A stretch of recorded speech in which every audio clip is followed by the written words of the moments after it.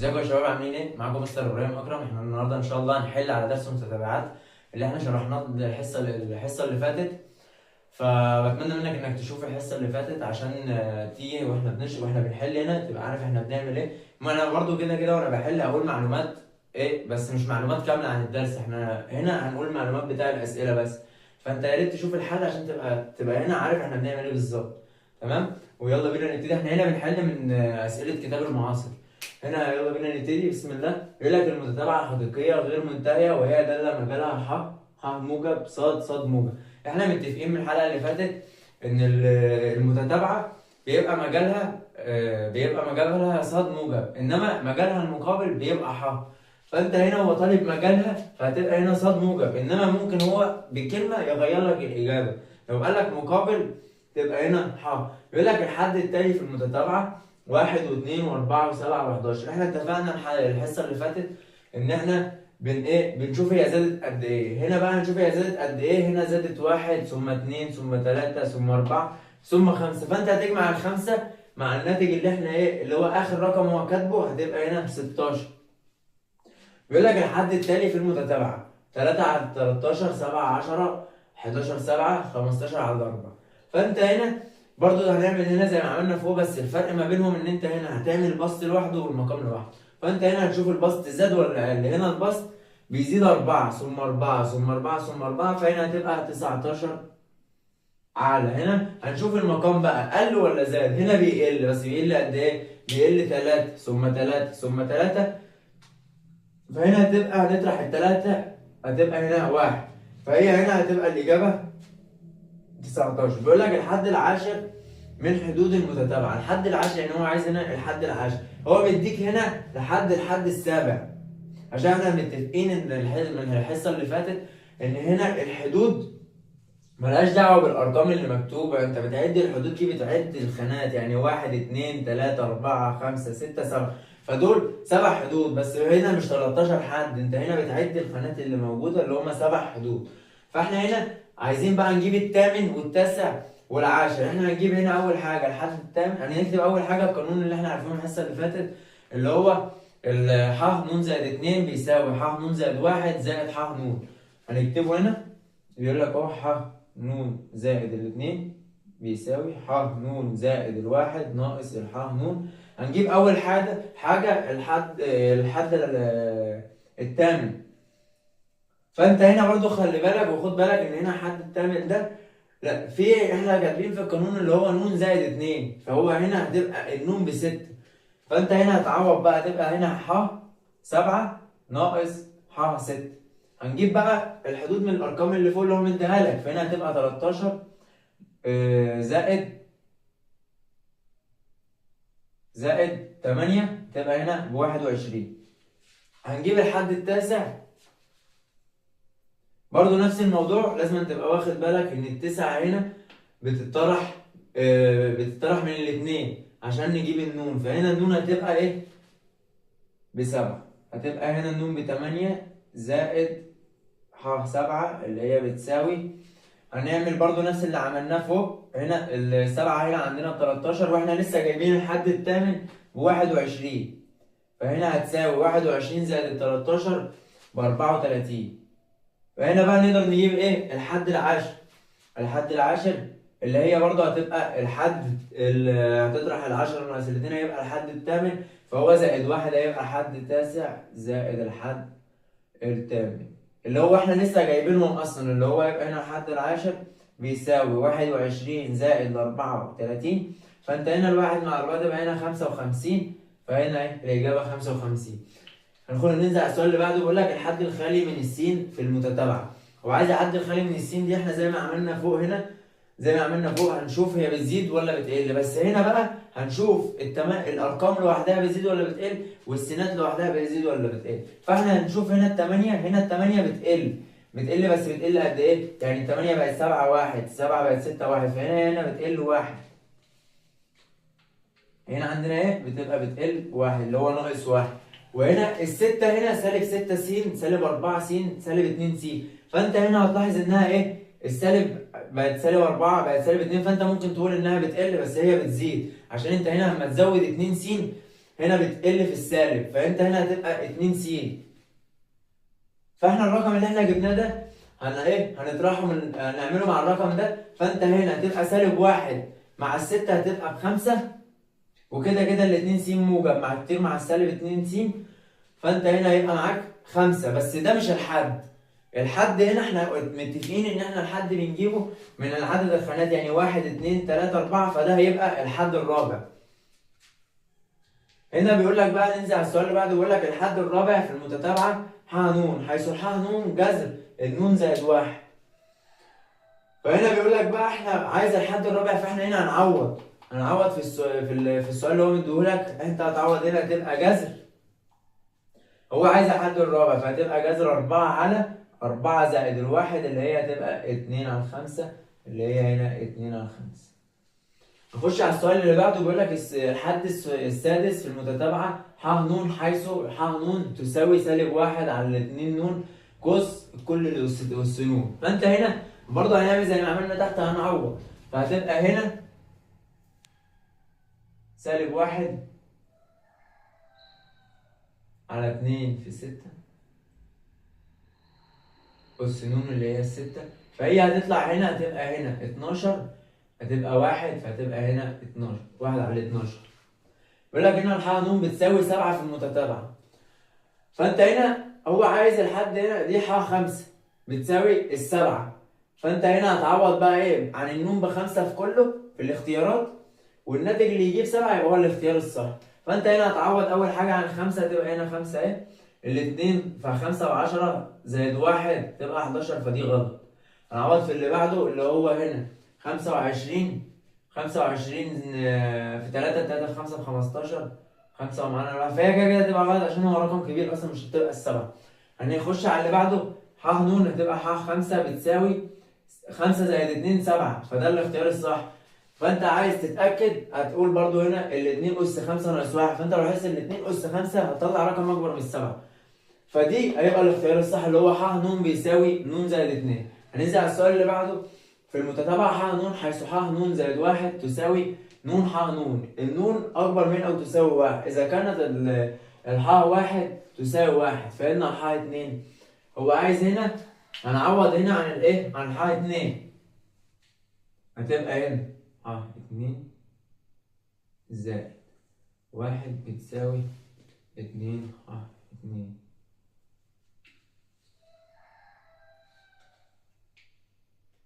لا ثانية.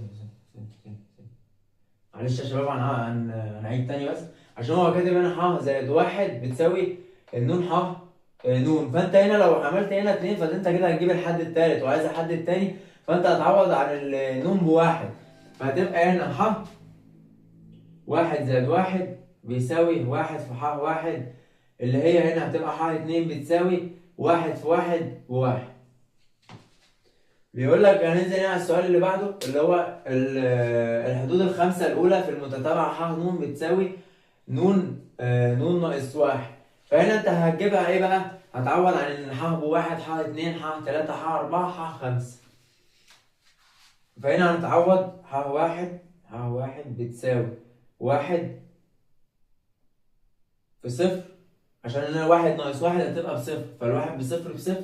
فانت اول حاجه هتشوفها انت الحد الاول عندك هنا بصفر، فنشوف الاختيارات لو في حاجه مش بدايتها صفر فده يبقى غلط، فانت هنا هتطير الالف والدال، هيبقى معاك الب والجيم، دول الاثنين نفس الموضوع. فانت لو لاحظت ان هما نفس الارقام في الحد الثاني والحد الثالث والحد الرابع اللي مختلف، فانت بقى لو بتفهم هتجيب ايه الحد الرابع على طول. فاحنا هنا هنجيب الحد الرابع على طول، هنجيب هنا الحد الرابع اهو ح 4 بتساوي 4 في 3 اللي هي ب 12، فدي غلط عشان دي ايه هنا الحد الرابع اهو ب 10، فدي غلط، انما دي ب 12 فدي هيبقى الصح اللي هو الاختيار دي.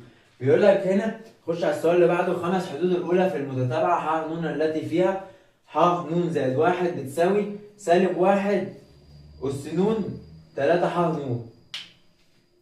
فهو عايز هنا ايه؟ هو طالب هنا الخمس حدود الأولى صح؟ هو مديك هنا الح 1 ب9 فانت هنا هنجيب هو ايه، هنجيب الحد التاني بقى، هو كده كده الحاء واحد بتسعة في كل الاختيارات. فانت هنا هنجيب الحد التاني اللي هي هتبقى ح، اللي انت هتعوض عن النون بواحد عشان هو مديك في السؤال نون زائد واحد. فانت لما تديها واحد هتبقى هنا اتنين، ح اتنين بتساوي سالب واحد أس واحد على تلاتة في تسعة، اللي هي ايه ب27. 27 والسالب واحد أس واحد بسالب واحد. فانت لو بصيت على الاختيارات مفيش غير اللي في الجيم بس هي اللي فيها ايه سالب واحد على 27، انما كله واحد على 27، فهيبقى الجيم اللي صح، الدال اللي صح قصدي. فهنا المتتابعات ح ن إذا كان ح واحد تساوي اتنين، ح ن زائد واحد تساوي ح ن ناقص النون، حيث النون أكبر منها وتساوي واحد. فهنا الحدود الخمسة الأولى، هو هنا برضو مديك الح واحد باتنين، فأنت هنا هنجيب الحد التاني. أول حاجة هو هنا أصلا قايل لك الحد الإيه الأولاني باتنين، فأنت لو بصيت على الاختيارات في هنا تلاتة باتنين، وأول اللي هو الألف بواحد، فالألف كده كده بره الحسبان. فهنخش هنا بقى ايه نعوض بقى عن الحد التاني. الحد التاني هنا هنقول هنا برضو هنعوض عن ايه النون بواحد مش باتنين، عشان هو مديك هنا نون زائد واحد. فانت هتقول هنا نون ح اتنين بتساوي ح واحد ناقص الواحد. فاحنا هنعوض هتبقى هنا الح اتنين بتساوي الح واحد اصلا هو مدالك باتنين، اتنين ناقص واحد بواحد. هنشوف الاختيارات ايه اللي هنا اللي فيه واحد ب غلط عشان هنا بسالب واحد، هيتبقى هنا ج ود. فاحنا هنا هنعوض ايه عن الرابع بقى على طول، عشان هو كده كده الحد التالت هنا بيساوي الحد التالت هنا اللي هو سالب واحد بيساوي السالب واحد. فاحنا هنعوض عن الحد الرابع على طول. الحد الرابع بيساوي الحد الرابع اللي هو ايه هتبقى الحد التالت، او ممكن نجيب الحد التالت عشان هو اصلا مش مديك الحد التالت، فاهم؟ فهو انت لو جبت الحد التالت هو عامه الحد التالت بيساوي السالب واحد عشان السالب واحد بيساوي الاتنين. فانت لو انت هتتلخبط فيها ممكن انت تجيب الحد التالت وبعدين تعمل. فانت هنا الحد الرابع هنعوض بقى، هنقول هنا ح تلاتة ناقص التلاتة. الح تلاتة هنا احنا قلنا ايه انها بسالب واحد، سالب واحد ناقص تلاتة هتبقى هنا بسالب أربعة. سالب أربعة هنا لو بصيت في الدال هتلاقيها سالب تلاتة، فالدال غلط، فهنا الإجابة الصح هتبقى ج. نخش على السؤال اللي بعده. بيقول لك الخمس حدود الأولى من المتتابعة فيها ح واحد تساوي واحد، ح اتنين تساوي اتنين، ح ن تساوي ح ن ناقص الواحد. ح ن بتساوي ح ن ناقص الواحد، ح ن ناقص الاتنين لكل ن ح اتنين. فهو عايز هنا أول خمس حدود، فهنا أول خمس حدود هنجيبهم هنعوض. هو مديك اول خمس حدود، هو مديك الحد الاول والثاني، هو الحد الاول والثاني موجود في كل الاختيارات صح، فهنجيب الحد ايه الثالث. فتبقى ح 3 بتساوي ح، هتبقى ح 2، هتبقى ح 3 زائد الح ن ناقص الاثنين. الح ن ناقص الاثنين اللي هي هنا هتبقى هنا بواحد، تبقى الحاء واحد. فانت هنا هتعمل كده هنعوض بقى، هو مديك الاول والثاني فانت هتعوض هتبقى هنا بتلاتة. فهنا ب هتطلع بره عشان الب هو كاتب لك هنا اتنين، فكاتب لك هنا اربعة، وهو الحد التالت بتلاتة، الحد التالت لسه جايبينه بتلاتة، فانت هنا هتبص هتلاقيه باربعة، فدي غلط، ب غلط. هنجيب بقى هنا الحد الرابع على طول. الحد الرابع بيساوي هنقول هنا الحد التالت زائد الحد التاني. مدينا هنا احنا جبنا الحد التالت لسه جايبينه بتلاتة، تلاتة زائد الحد التاني اللي هو ايه مديهولك اللي هو باتنين، فهتبقى بخمسة. فانت الدال غلط عشان هو كاتبها لك هنا بستة وهي المفروض تطلع بخمسة، فالإجابة هتبقى ج. هنخش على السؤال اللي بعده.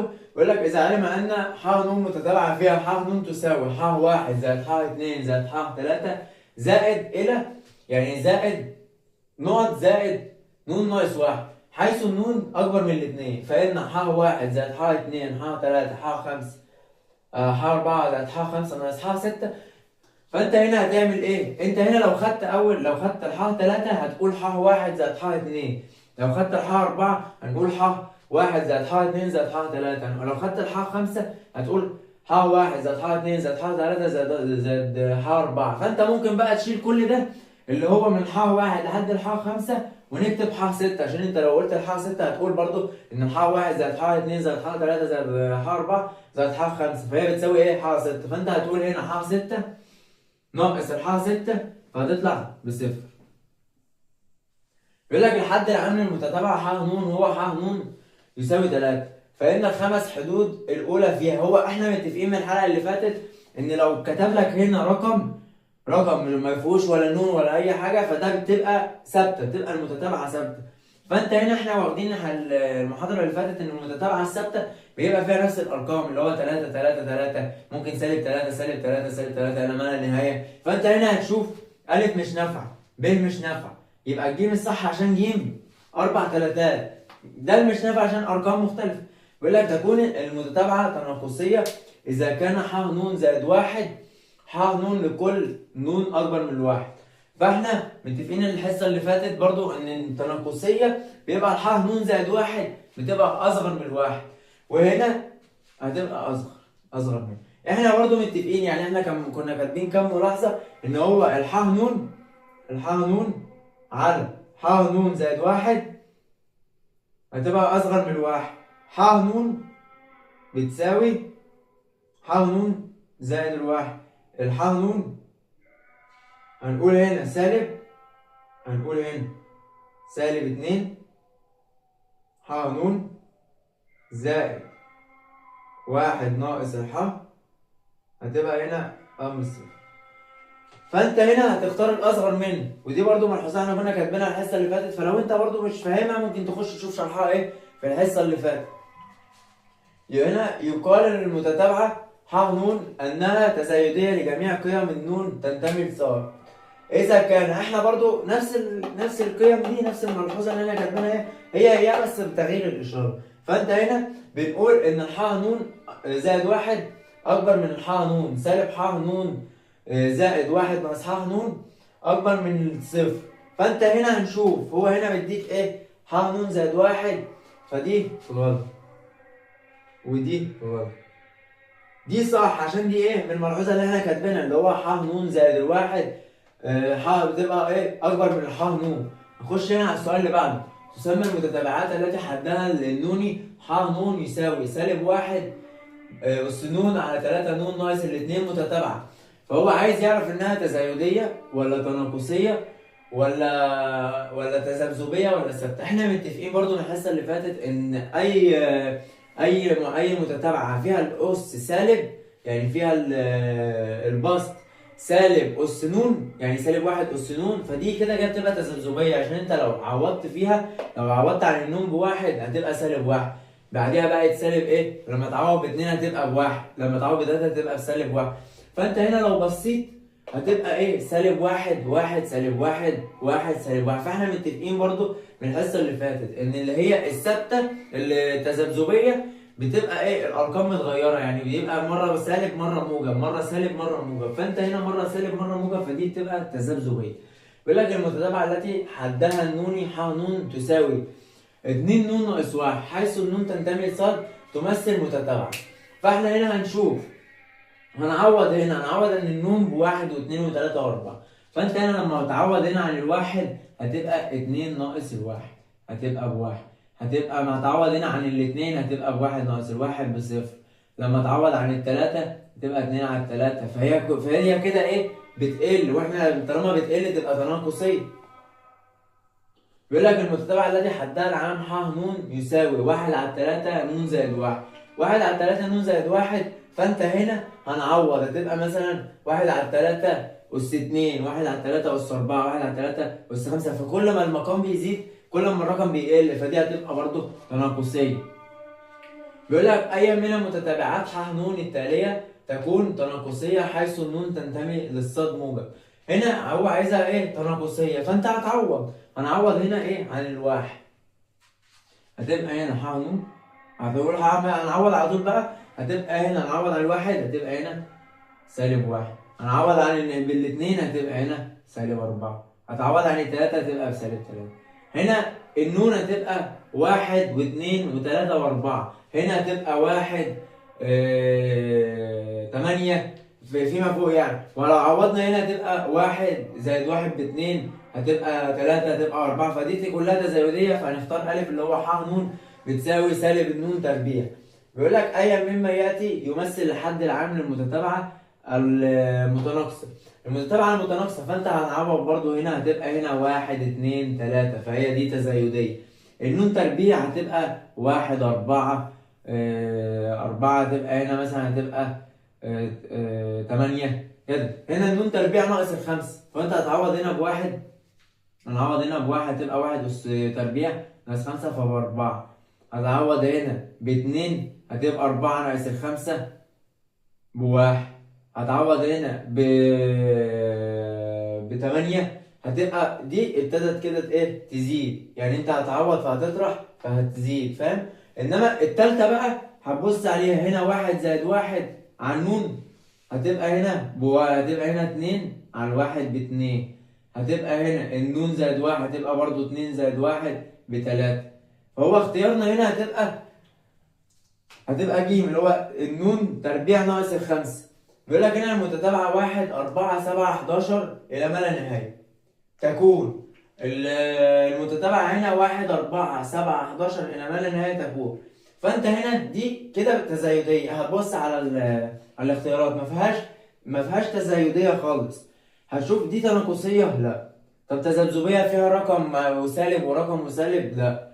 متغيرة منتهية. احنا متفقين المنتهية دي من الحصة اللي فاتت ان هو بيديك قوس، بيقول لك مثلا من واحد لخمسة، اللي هو واحد اتنين تلاتة أربعة خمسة، بيبقى في آخر القوس بيبقى في رقم. إنما هنا حط لك نقط، فدي مش منتهية، تبقى دي إيه؟ الغير منتهية. هنخش هنا على السؤال اللي بعده. بيقول لك هنا المتتابعة 3 5 7 9 إلى ال 21. فأنت هنا برضو دي تزايدية، فأنت هتشوف تناقصية؟ لا ما بتتناقصش. فيها سالب موجب سالب؟ لا. منتهية؟ ليه بقى؟ عشان احنا قلنا اللي فوق نقط، يبقى دي غير منتهية. واتفقنا ان المنتهية لازم يبقى في اخر القوس في رقم. هنا في 21 اهو، تبقى دي المنتهية. بيقول لك المتتابعة ح ن تساوي ن تربيع ناقص الواحد. النون تنتمي لصاد تربيع. فاحنا هنا هنعوض. هنقول هنا الح ن هنا هنعوض عن الواحد هتبقى بصفر. هنعوض عن الاثنين هتبقى هنا بتلاتة. فدي هتبقى ايه؟ دي تزايدية، بس مفيش تزايدية في الاختيارات. فهو قال لك هنا صاد موجب، فده العدد الصحيح الموجب. يعني عدد صحيح الموجب ده اللي هو الى ما لا نهاية. فالعدد الصحيح الموجب الى ما لا نهاية ده يعني هو كده ما قفلكش القوس بحاجة، فدي هتبقى الغير منتهية. خش على السؤال اللي بعده. بيقول لك المتتابعة ب المتتابعة ح ن، حيث الح ن تساوي 3 على ن زائد واحد ن تنتمي الى واحد واثنين وثلاثة واربعة وخمسة. فهو هنا حدد لك، قال لك قوس مجموعة واحد واثنين وثلاثة واربعة وخمسة. فدي انت ما تقدرش تقول عليها ايه؟ تزايدية، عشان هو حطها لك في قوس مجموعة، فالتزايدية غلط. التذبذبية دي ما فيهاش سالب موجب سالب موجب، فدي غلط. دي تبقى منتهية. ليه؟ عشان هو قفل لك ابتدى لك القوس برقم وقفل لك القوس برقم. هو المهم عندنا ان هو ايه؟ اخر القوس لو في رقم تبقى دي منتهية. لو هو مثلا ما عملهاش مجموعة، فدي ممكن تبقى تزايدية. لو ما فيش تزايدية وما عملهاش مجموعة، دي ممكن تبقى غير منتهية. فدي كده، فدي هتبقى منتهية، ودي هتبقى الغير منتهية غلط، عشان هو هنا ما سابش فيه نقط. هنا قفل القوس برقم عشان دي قوس مجموعة. هنخش هنا على السؤال اللي بعده. بيقول لك هنا الحد النوني للمتتابعة 1 4 9 16. هو عايز احدد النوني للمتتابعة 1 4 9 16. فانت هتشوف هو هنا الواحد من الأربعة هنا 3، والأربعة والتسعة هتبقى هنا 5، والتسعة والستة والتسعة والستاشر هتبقى هنا 8. فأنت هتشوف بقى يعني هو كده إيه؟ بيزود عدد، فهي إيه؟ يا 2 يا 4. فأنت هنعمل إيه؟ هنشوف أول حاجة هو زود 3 5 8، فهنجرب إيه؟ الاختيارات مثلا. هنعوض هنا عن النون مرة بواحد، هتبقى 2 في 1 ب2، فده غلط. هنعوض هنا الواحد في 4 ب4، فده هيبقى صح. الواحد في 4 ب4، الواحد في 4 ب16، فدي برضو مش نافعة. هنا الاتنين في النون، واحد أس اتنين هتبقى هنا باتنين، فده غلط. النون تربيع، واحد أس واحد بواحد، اتنين أس اتنين بأربعة، تلاتة أس تلاتة بتسعة، أربعة أس أربعة بستاشر، فهتبقى الأخيرة اللي هي نون تربيع. بيقول لك هنا الحد النوني المتتابعة سالب واحد، أربعة، سالب تسعة، 16. فاحنا هنا برضو كنا واخدين في الحصة اللي فاتت ملحوظة ان هو قال لك هنا لو ابتدى سالب موجب سالب فهتبقى السالب واحد أس نون. لو بقت بقى موجب سالب موجب هتبقى سالب واحد أس نون زائد واحد. فاحنا هنا قلنا ايه؟ انها سالب واحد أس نون، فهي هتبقى ب. الحد العام للمتتابعة واحد على الاثنين، اتنين على التلاتة، تلاتة على تلاتة على الأربعة، أربعة على خمسة، فهو هنا بيزود واحد، فدي الأعداد عادي، دي النون، دي تبقى نون عادي عشان هنا أنت بتعوض بواحد واثنين وتلاتة وأربعة، فدي تبقى نون عادي. تحت اتنين، تلاتة، أربعة، خمسة، فهنعوض ادينا الحد الأول اتنين في واحد باتنين، الحد التاني اتنين في اتنين بأربعة، فدي مش نافعة. هنقول هنا واحد زائد واحد باتنين، اتنين زائد واحد بتلاتة، هنعوض هنا تلاتة زائد واحد بأربعة، أربعة زائد واحد بخمسة، فدي صح، هتبقى ب اللي هو نون على نون زائد واحد. هنخش على الحد العام للمتتابعة، واحد على 10، واحد على 100، واحد على 1000. هنا بنقول بقى إن هو هنا الواحد كده كده ده نون، فأنت هنا لازم يبقى فيه أس بالسالب، فأنت هنا لو بصيت على أس بالسالب اللي هو مثلا هتبقى هنا النون هنا اصلا احنا مش متفقين عشان هو هنا ثابت، البسط ثابت اللي هو ايه؟ الواحد. فانت هنا ممكن ايه؟ نقول ان هي ايه؟ واحد على حاجه، واحد على حاجه هنا، فدي تبقى غلط، يعني الف وب مش نافعين. هنعوض بقى عن الايه؟ نشوف الب والجيم. فانت هنا هتبص على الب والجيم، انك هنا لو حطيت مثلا واحد، واحد على 10 اس صفر بتبقى واحد على 10. واحد تبقى هنا أس واحد، واحد على 10. اتنين تبقى هنا أس اتنين فهتبقى ب100. هتبقى هنا أس تلاتة هتبقى ب1000، فهيبقى الاختيار ج اللي هو واحد على 10 نون ناقص واحد.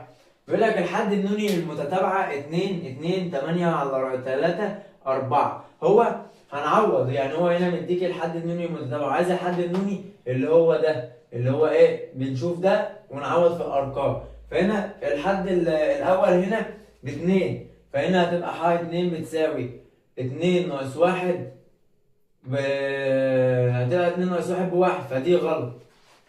عشان انت كده لما تكتب هنا هتعوض هنا على الحد التاني اهو، الحد اهو، فانت هتكتب هنا ح واحد بتساوي نون ناقص واحد، فانت هنا النون ناقص واحد اللي هو واحد ناقص واحد دي بصفر، فدي مش نافعه.